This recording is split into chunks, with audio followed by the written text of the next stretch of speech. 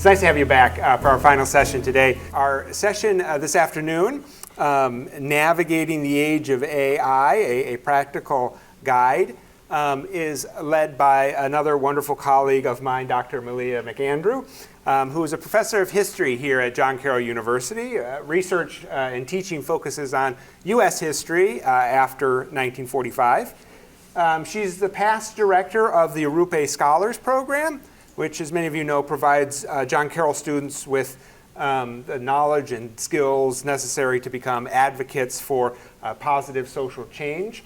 But she's really here today in her capacity as the Director of Teaching Innovation and Enrichment at John Carroll, and in her role as a regular consultant to K through 12 institutions on mastery-based learning and other innovative teaching pedagogies. I don't know if there's anybody at John Carroll, well, she's among a handful of real experts on AI here at John Carroll. Not so much on the programming side of things, but certainly pedagogically. And Malia and I have had some really good, for me, very helpful conversations about AI and what it means for us as teachers. And so I look forward, as I hope you do too, to hearing a little bit more about that. So please join me in welcoming Dr. Malia McAndrew.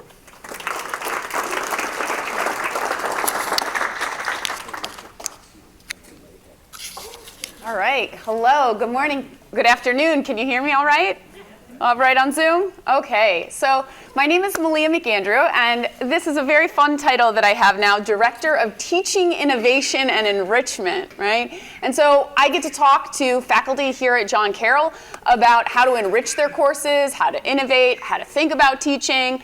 But I would say, like, at heart, my primary identity is I'm a history teacher, right? Like, if I could spend all day, like, reading history books and thinking about history and then, like, showing up and talking to people about history, like, it's my love. And so it was I would say my kind of baby steps into this world of teaching innovation really came during a time when I think a lot of us needed to innovate, right? And that was during the pandemic that we all went through. And we were at home, many of us, and on Zoom and trying to figure things out. And I said, well, here I am. I'm in Cleveland. I can go nowhere for an undefined period of time, right? Why don't I start, like, nerding out on this, right? And so that's really where I got into this. And then, you know, through the powers of Zoom and that sort of thing, I started working with people in California who were trying to figure it out as well, people in Silicon Valley. And specifically with an organization some of you might have heard of called Khan Academy, which, you know, does mastery-based education, but they also have, like, physical schools. We just opened a school in Wichita. We have, you know, one in Silicon Valley. But, you know, there's a difference between kind of a web platform and, like, the lived experience in the classroom. And so that's what I started thinking a lot about, is, like, how do you take a pedagogy, like a teacher's pedagogy, to the tools that we have at our disposal, right? So a little more, you know, fun facts about me. So I hear there's a Guardians game. Some of you might be getting ready to see after this. I love Cleveland. I love everything about Cleveland. I moved here in 2008, originally from Bradford, Pennsylvania. Went to school at the University of Maryland. And so I like to take advantage of this city, everything it has to offer. I also like cooking. I don't cook well, but I enjoy learning new things as well, right? As I think many of us who are in education really enjoy that, like, spirit of learning. And so here's what I'll say about this kind of, like, about me slide, is that, like, I hate these types of things, like, like, on a personal level. Like, I know I have to do them. I'm like, I don't want to talk about myself. There's so much anxiety. Like, these people don't care if I cook. But, okay, then, you know, the pedagogy side comes back, and linking back to the AI side, right, is in a world where computers become more and more everywhere on all the apps we use and all the platforms we use, like, what's our value added, right? It's the human connection. That is the thing that ChatGPT cannot provide now, and I'm going to argue, like, at least in the next 5 years, 10 years, it can never provide, right?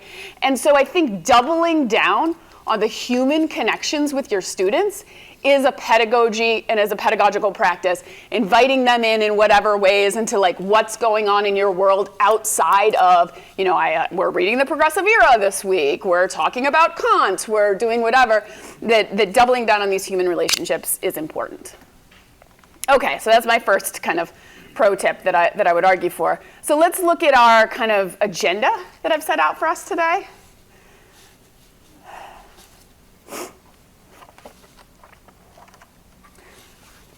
So we could go in a lot of different directions, and I'm happy to stick around as well for the kind of small table time afterwards. Like if there are people who have specific questions about specific things, I'm happy to kind of go down whatever path like you think would be most beneficial to you today. I want to start with like a pulse check, just where are people at with AI, right? So spend a minute or two with that. I then want to empower us to think really highly of ourselves, right? And to see ourselves as educators as like, we're the innovators, right? We're the ones doing the thing, right? Yes, there are people in the world, they are developers, they are wonderful, they bring cool technologies into the world, but that's about it. They bring it into the world, they drop it down, and they say like, you got a use case for this, right? We're the ones doing the work. And so I think we need to remember that. I want to talk a little bit about like just like basic level for people who really don't have an understanding of the AI landscape, like what are these bots, like what can they do, what can they not do?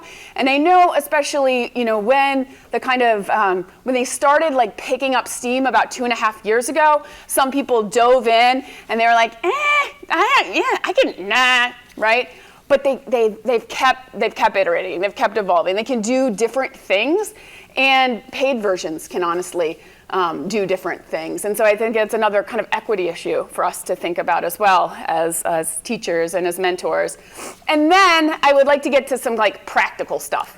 Like, what do I do in the classroom? And I would say all of our teaching practices are very individualized, right? But oftentimes when I hear other people talking about a specific practice that they have, a specific thing that they do, it just gets my wheels turning like, oh, well, I do this other thing, but maybe I could riff off that, right? And so that's what I just want to talk about, like some of the things I do, and if they're useful to you, then that would be well. So as I said, I am Director of Teaching Innovation and Enrichment. I like technology, but I also love me some old school, like no technology classrooms, right? Paper, pen, book, discussion, that's it. That's beautiful to me. So I wanna start us off with our pulse check with a very low tech pulse check, right? So we are going to use the famous hand meter, right? And we are gonna talk about how we are feeling like right now, like in this moment, how are we feeling about not just AI, but teaching and learning with AI, right? So I'm gonna give us a second to think about that, just like how are you feeling about this?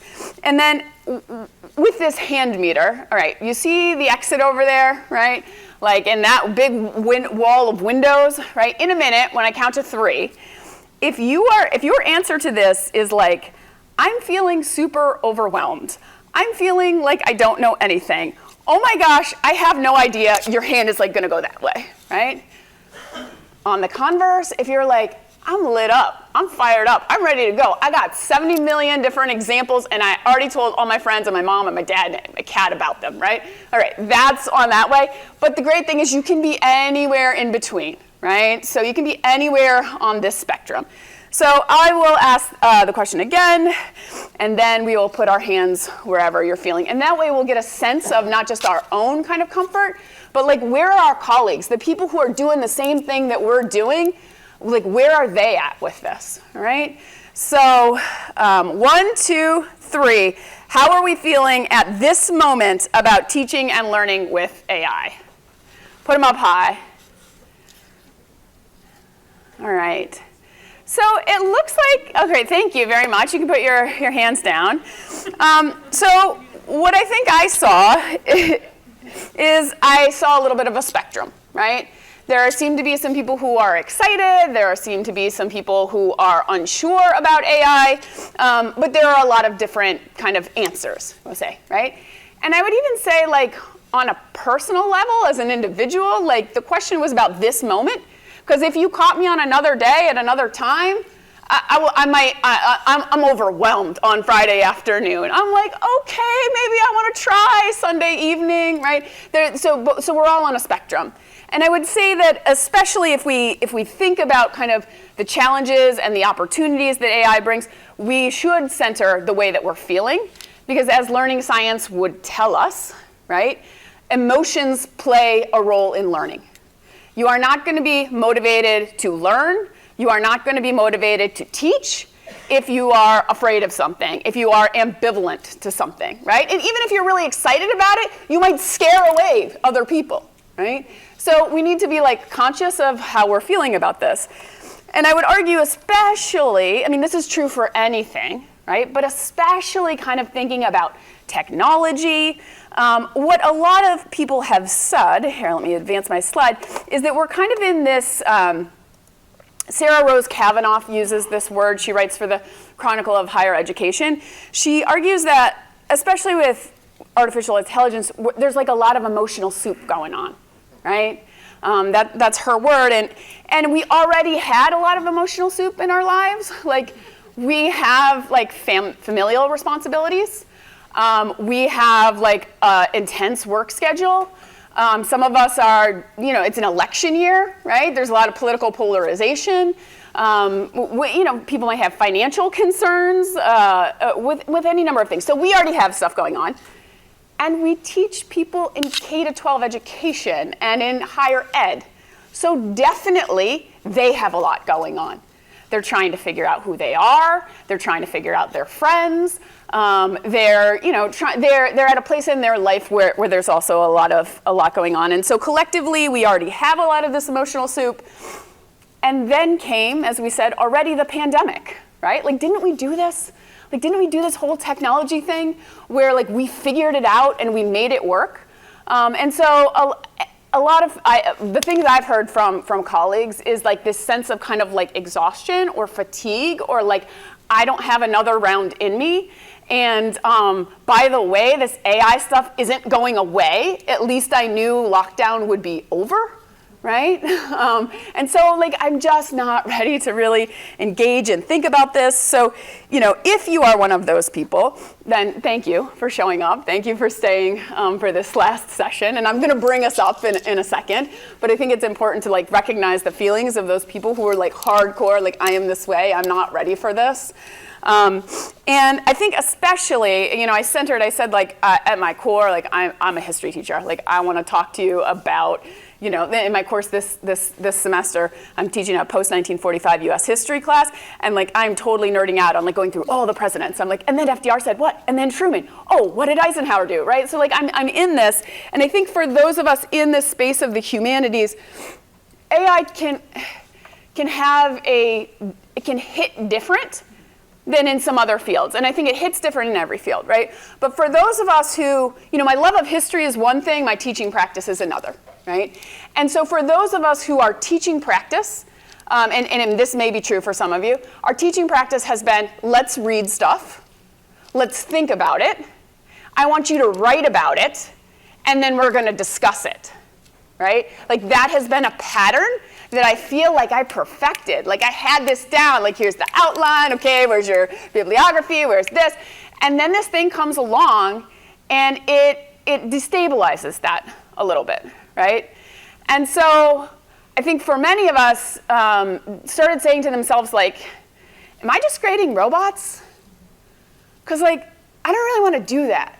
Like, I would rather go to the park, I would rather play with my dog. There's so many things that I would rather do than kind of, grade bots. And what am I even doing here? And like, does this matter? I can't devote all my time to like chasing students down. And are they using AI? Are they cheating? Like, I didn't, I'm not a police state where I'm trying to like spend all of my time on figuring this out. All right.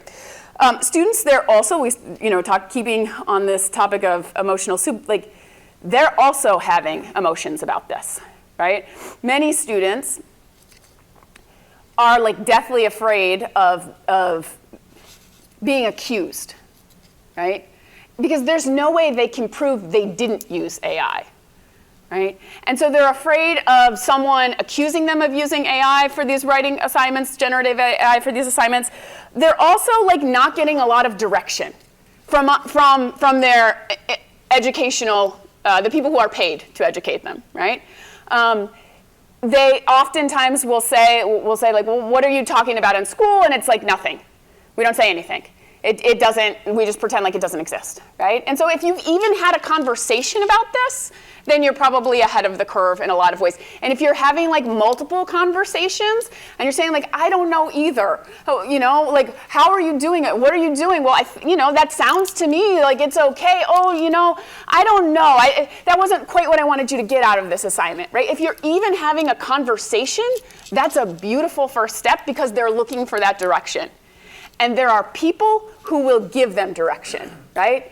You go to TikTok and it's like, you know, woo, automate every discussion post ever. Never write, never think again. Let me show you how to do it, right? So there are, I don't want to call them bad actors, but there are people in this space who have goals that are different than ours.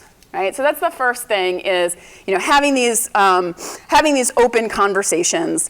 We are all over the place. We haven't figured it out yet, but I feel like, you know, we can together, all of us, figure it out together. And so what gives me kind of confidence in this belief now that I've talked about kind of all the things that have made us feel like maybe we don't want to be in this space? What are the things that kind of give me some encouragement here? All right, and so this is where I'm going to go to the part of my talk where I'm going to talk about like why technology needs us, right? And why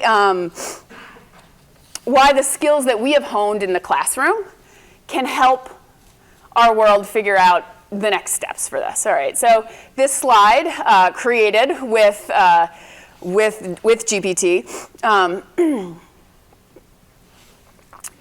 I posit us as kind of like a hero in a cape. All right, so let me talk a little bit about like the history of technology and where I think that leads us to our thoughts about today. So we've already talked about the pandemic and how during the pandemic we moved mountains, we shifted gears. So we've already proved ourselves to be nimble. All right. The history of technology in the United States is one in which I'll quote a famous historian. Her name is Ruth Swartz Cohen. And she talks a lot about, you know, when they invented the washing machine, when they invented the oven, when they invented electrification. And the thesis of her book and the title of the book was More Work for Mother, right? That it used to be, all right, I mean, this was the outfit that you wore all week. And I washed it on Sunday, and then you wore it for the next week. But now there's a washing machine. So I can't send Johnny to school in the same pair of pants every day, right? The same with food preparation, the same with vacuuming, the same with like all of these technological advancements that they tend to, wow, it's a time saver at first, but then kind of like the expectations ramp up as well, right? So I don't know, is there anybody in this room, show of hands, who like was an educator like before email? What were those golden days? Were they? Yeah. What was it like? Right. And a lot of people have made this kind of argument about kind of like when you had to physically write something down, copy a memo, put it through interoffice mail, distribute it to your colleagues. You took a lot of time to think about what it was that you were going to say to them, right? You couldn't do it 17 times a day, and there was a little bit of a slower pace. Oh, it's going to be so easy. You don't have to walk to the mailroom. You can just email Bob, right? But now Bob is getting 45 emails from me a day, and I can't keep up, right? And so this has been kind of like the history of technology is one of kind of increasing the workload, right? What seems like it's time saving is actually increasing. And so I'm going to draw for you. I could have put up the slide, but I missed my chalkboard. But you've seen multiple of these kind of like technological promises before. So I used, electrification. I used the example of email, but probably just in your own teaching practice, like you remember MOOCs, right? Like MOOCs were going to change everything.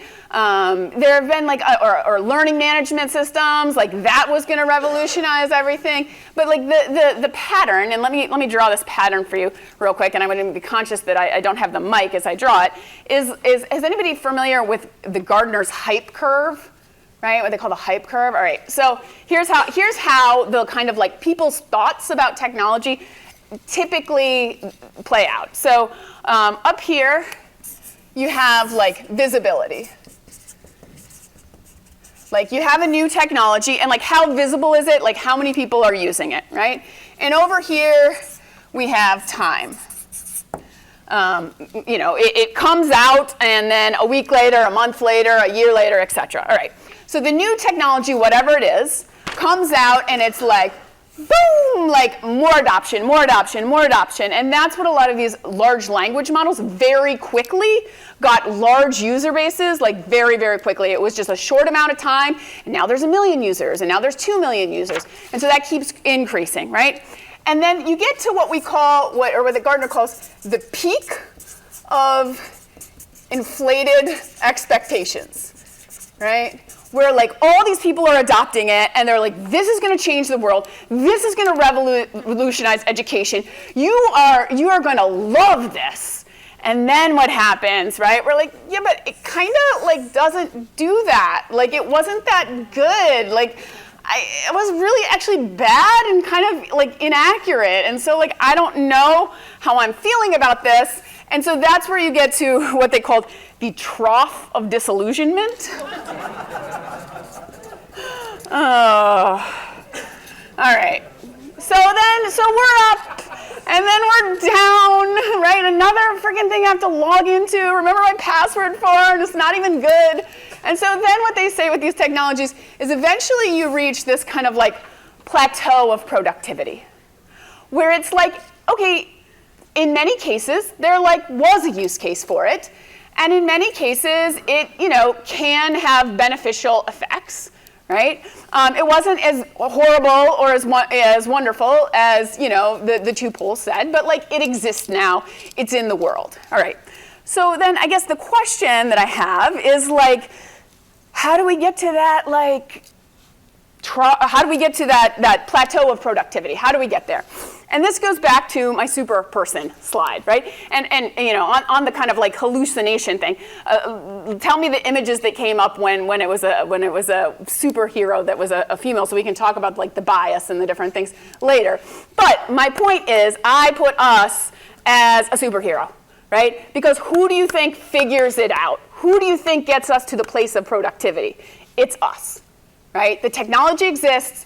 It promises to change the world. It doesn't change the world. How do we use it? And so I'm going to read, if you don't mind, a little at length, a couple paragraphs from who I really think is a very good speaker and thinker in this space. And his name is Justin Reich, and he's in the MIT Media Lab.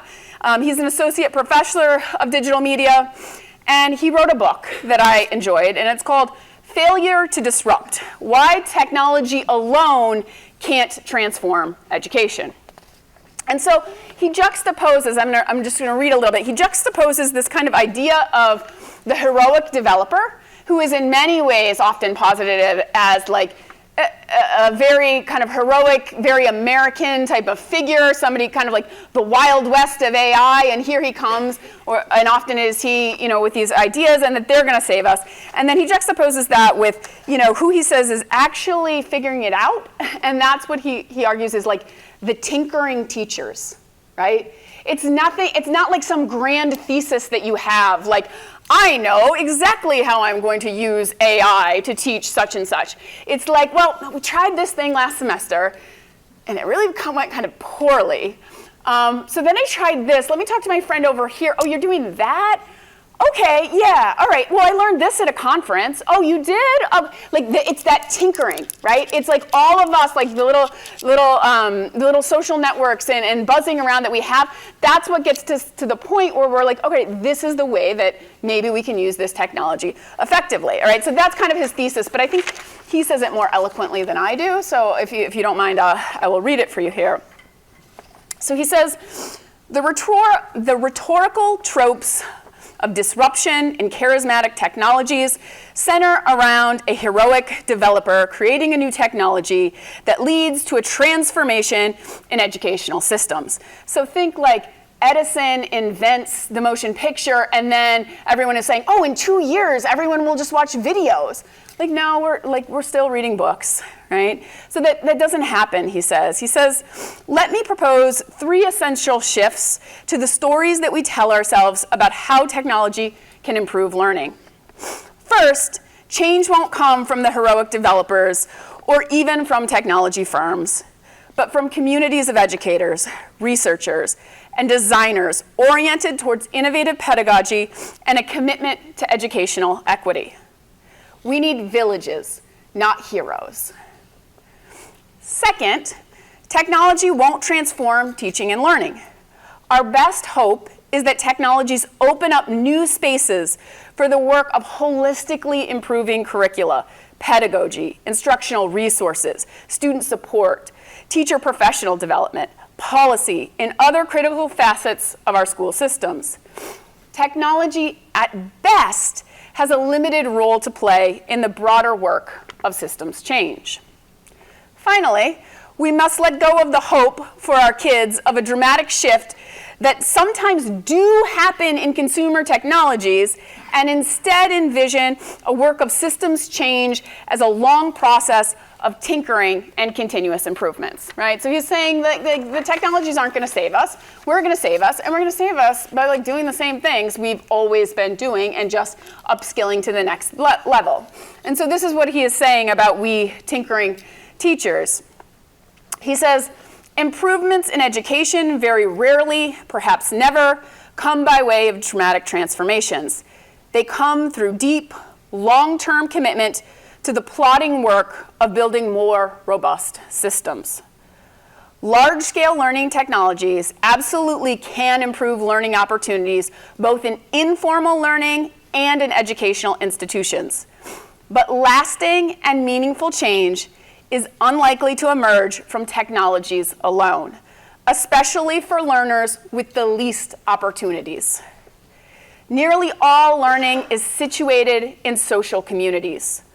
Online network communities, centers, schools, colleges, and learning improvements in those communities typically come from many interlocking adjustments.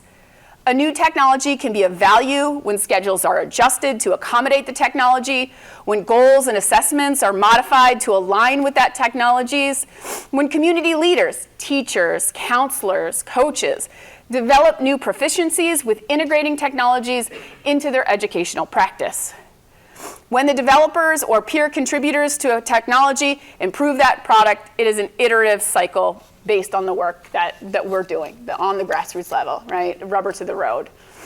Okay, so I want us to take a minute, because as all of you know, as educators, if you lecture, it's a good opportunity and a good practice to let people process.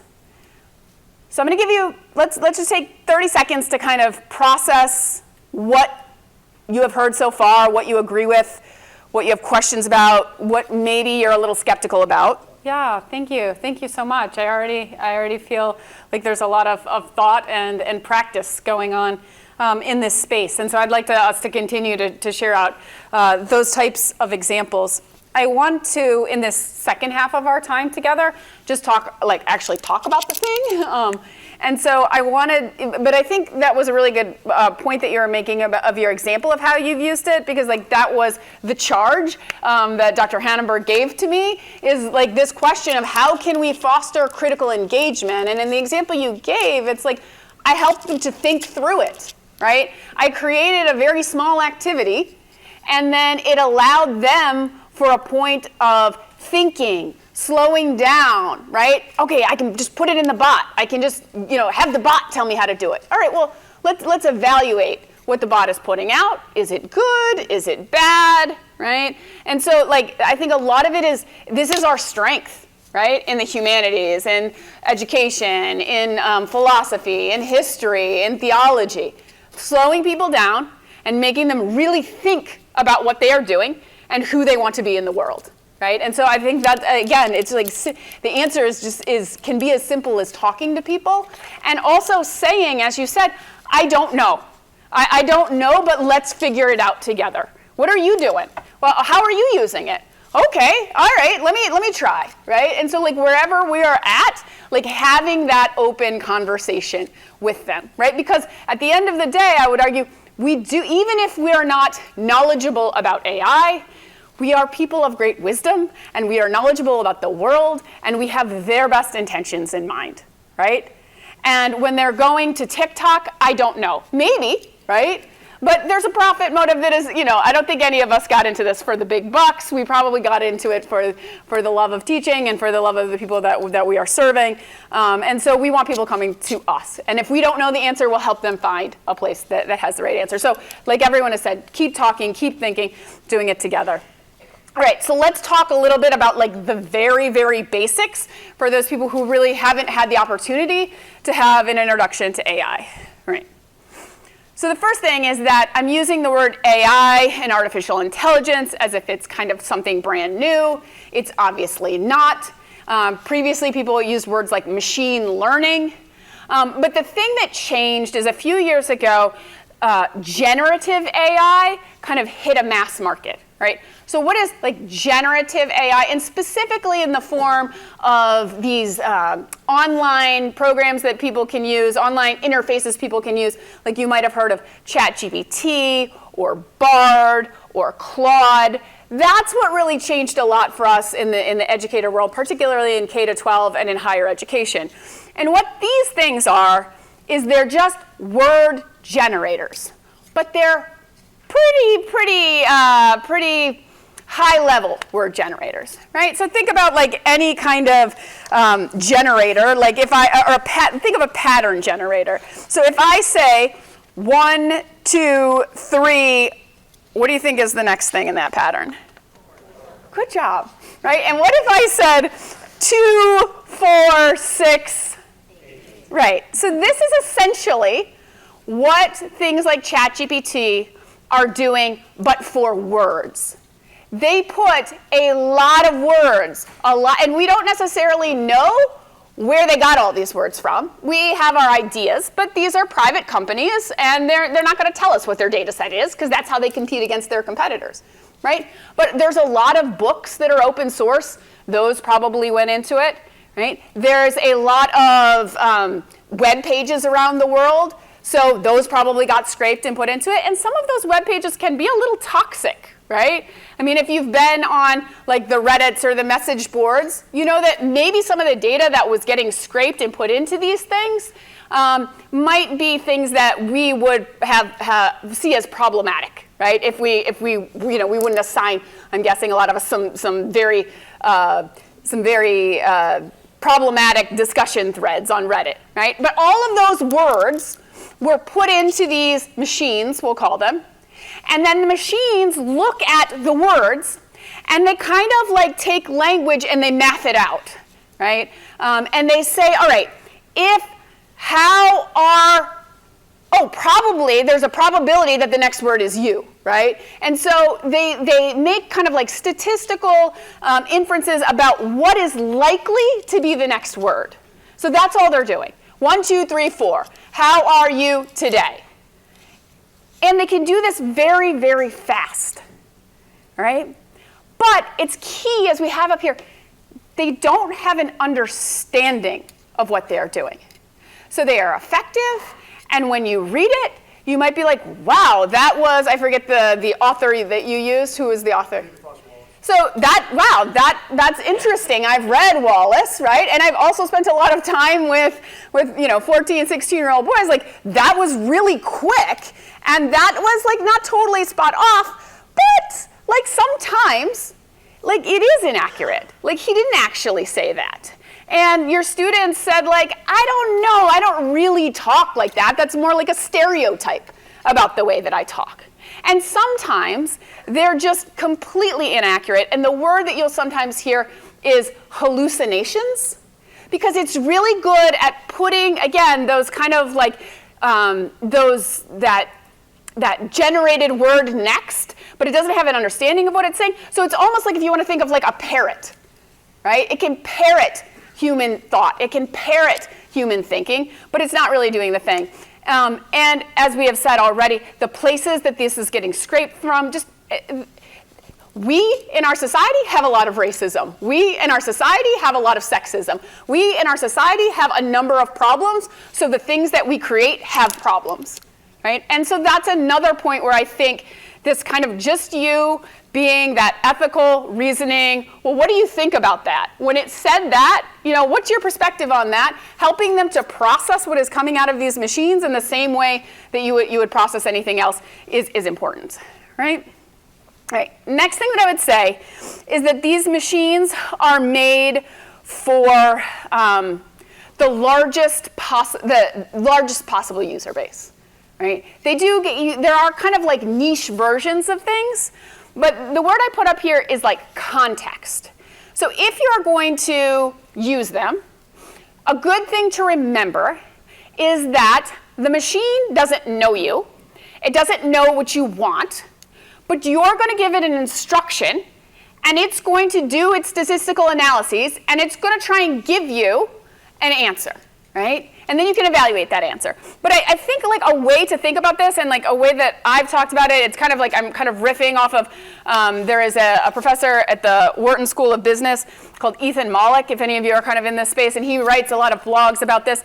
But I'm kind of stealing his idea of a reclusive genius and kind of riffing it on my own. But this is how, if you want to anthropomorphize this machine, and you don't have to want that, right? But as an analogy of how we might approach thinking about this, is that think of like you are in the faculty lounge, and it's getting to be that time of the year when you have tests and emails piling up and just like workload overwhelm.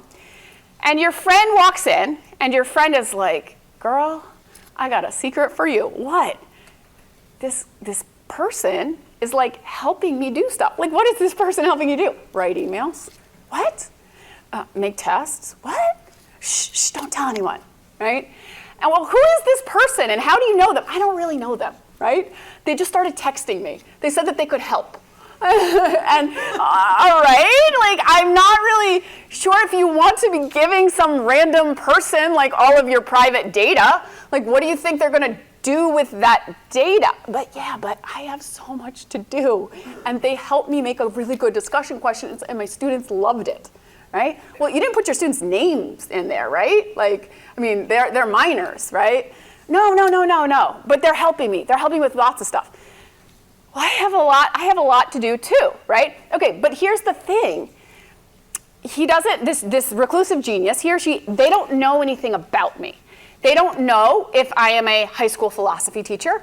They don't know if I am a dog trainer at the mall. They don't know if I am a professional football player, and this reclusive genius doesn't know what I want, right? So the first thing, in order to get, I would argue, the best possible results out of these bots, if you choose to interact with them, is to give it all of the context. Tell it who you are in a way that, again, if your friend was telling you she was texting like somebody she doesn't know, right? Give it the context, but don't give it your phone number, right? Well, I guess she's already texting, but you get the idea, right? But give it the context of what you want, because I think a lot of times when these AI models kind of first came out, it was like a game to see like who could find the most like outlandish thing, right? And that's like a fun party trick for a while, to be like, I asked it about Truman and I thought it was Kennedy, right? I mean, okay, but I don't like want to do that my whole life. Again, like I'd rather go to the park, right? I'd rather, whatever. So like if you're going to use it, then let's think about like how you could optimize your usage, right? And one of the good ways to start with is to start with things you know. And to just go, Ethan Mollick says, it will take a little time. Like anything else, there's a learning curve. He argues, and I don't think he's that far off, 10 hours, okay? Over the next, several months, between now and pick a day, Valentine's Day, whatever, can I devote 10 hours to just playing with it? And that's just what you want to do. You want to play with it. You want to get to know it. You want to tell this reclusive genius a little bit about yourself and like what you want from it, and like test out, like if you say it this way, it comes back this way. And don't kind of use these kind of like, don't waste your time putting in prompts that aren't really stuff like you want to know, right? Because like this is 10 hours of your life either way. Or whatever, if you make 5 hours, whatever time you decide to allot for it, that I would argue, and Ethan Malik would argue, is start playing with it and try to get it to do something that would actually add value to your life. Like think about those things that are absolutely kind of like the most banal, I really don't have time for this type of thing going on, but like you still want to do. And is there like a way to outsource that, right? And so like I'll give an example. I have some friends who like, they always like curate these like wonderful like experiences. Like when we get together, there's like, oh, I don't know, they take all the photos and then they like make them pretty. And then there's like playlists of music we're listening to. And I'm like, I do not have time for all this, right? But I feel like I should do something, right? And I know that my friend really likes, we'll say, like 1980s rock music, right? And she's coming over. So for me, this is an example from me, not necessarily something I'm saying you should do, right? But I had this desire, I want to make a playlist for my friend. I do not have time to do it. ChatGPT, I am meeting a friend. She would really like a playlist, right? Here's her general interest, here's her likes, here's her dislikes. Could you give me 10 songs from this genre? 10 seconds later, here's a list. Oh. She would hate 2, but she likes 3. Okay, can you give me more like 3? Okay, give me 10 more. Right? I mean, that's like the value. And then I'm amped because like that took 10 minutes and not a half an hour or 3 hours, or I would have given up, right? Another thing I did is I live in this apartment and it's not a box, right? There's like, there's slanty walls, right? And because it's like an old kind of like industrial building. And like the furniture in the living room blocks the entrance to my door. And I don't in the morning when I'm tired, like I don't want to hit into the chair and like, ow, my foot is bleeding, I gotta teach, right? So I needed to figure out like how to respace my living room, right? And again, should I be texting a picture of my living room? This is up for you to decide what is your comfort level in your life. Right? But, I mean, I took pictures and I asked ChatGPT, like, what's going on here? How can I fix this? And it took a couple of rounds, but we figured it out. Move the couch this way. Center the rug. Hey, you have an industrial look. Maybe you'd like some chrome lights, right? Like, we talked it out. And so then it was fun. See, you're laughing. It was fun. It wasn't like this, oh my gosh, like the only thing this thing exists for in the world is like to help students cheat on the paper, and I slaved away at that paper and they don't appreciate me and they're cheating. Like now it has value in my life. Now I'm playing with it. And again, I can have like conversations with them. Like, how are you playing with it? What are you doing with it? Right? Do you have any you got any more ideas? A friend has like, she has like an allergy to certain foods, right? And so she's like, can you make me a recipe for this thing that I want to eat, but I can't eat this one ingredient? Sure. Right? Here it is. All right. So this is the idea of you have to give the reclusive genius the context of what you want from it. And so when you write these prompts, write a paragraph the first time. This is who I am. This is what I'm trying to do. This is my likes. This is my dislikes. And this is the number one thing, like when I show students, because oftentimes it's not, the teaching doesn't happen first, like in the class, like now we're teaching US history from 1877 to the present. Take out your GPT, everybody, right? It's often that kind of like guide on the side where I'm like, okay, this is what I'm trying to do, and here's how I'm doing it, and we're talking about it on the side. So have those conversations, and oftentimes that is what students say, is they'll say like, your prompts are so long. I was like, yes, yours should be too, right? At least until it gets a sense of what you're looking for it. And then when you go to the classroom, when you decide, if you decide, and again, I'm not trying to be an AI evangelist. Like if you never want to use this, I'm completely fine with that. Because I love the world of like, here is your book, here is your pencil, right? But for those of us who feel like we need to move into this space or want to move into this space or are fired up to move into this space, then again, it goes back to the basics that you know, right? So maybe recenter on what is the learning outcome. Recenter on what is the goal of the assignment. If you used to teach the class where you assigned a book, they read it, the actual book, they thought about it, they wrote a paper on their own, hopefully without the assistance of mom or dad or whomever, right? And you came in and you talked it through, right? In the world of AI, you can continue to do that, right? But for many people, they're starting to feel, again, that idea of like, am I just grading your bot, right? I don't want to be there. And so the thing that I would encourage you to think about is, what was the thing that you were trying to get at when you assigned the paper in the first place, right? Were you trying to get them to connect two different ideas? Were you trying to teach them summary? Were you trying to get them to, criticize or defend an argument? Like, just go back to Bloom's. I think that's a good first step, right? And then also come to terms a little bit with the idea that generative AI exists. We can have conversations with them. We probably can't always detect its use. So if we can't always detect its use, and we still want them to do the thing, because at the end of the day, our job is to educate them. It is to help them learn. It is to help them think, right? Then I think we need to double back down on the why and the motivation. And we have to make that really, really clear. Guys, you got to do this. You got to write this first just by yourself, because this is what I'm trying to get you to be able to do. I'm trying to be able to get you to be able to describe something on your own, right? So the first half of this assignment, it's really got to be without it, because I want you to do it on your own.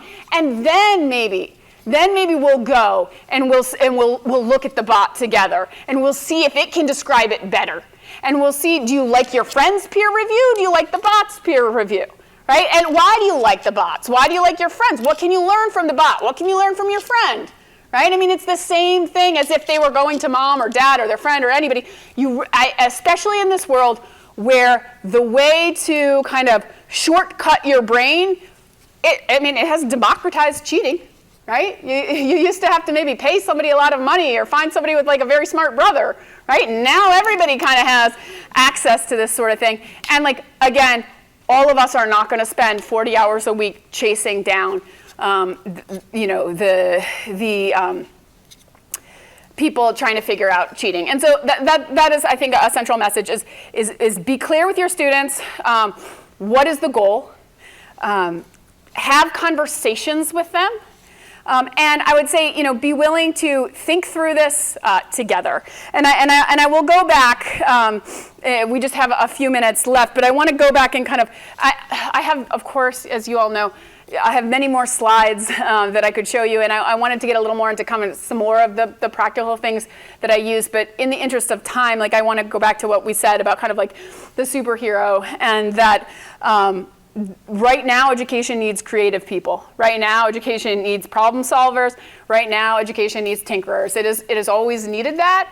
And I personally, I think our jobs are valuable. I think we bring something valuable to the world. And I think, the world should give us a lot of credit. But at the end of the day, absolutely, we should. And so I applaud you. I applaud us. I applaud Ed for even bringing this topic up. And let's see what we can do together with it.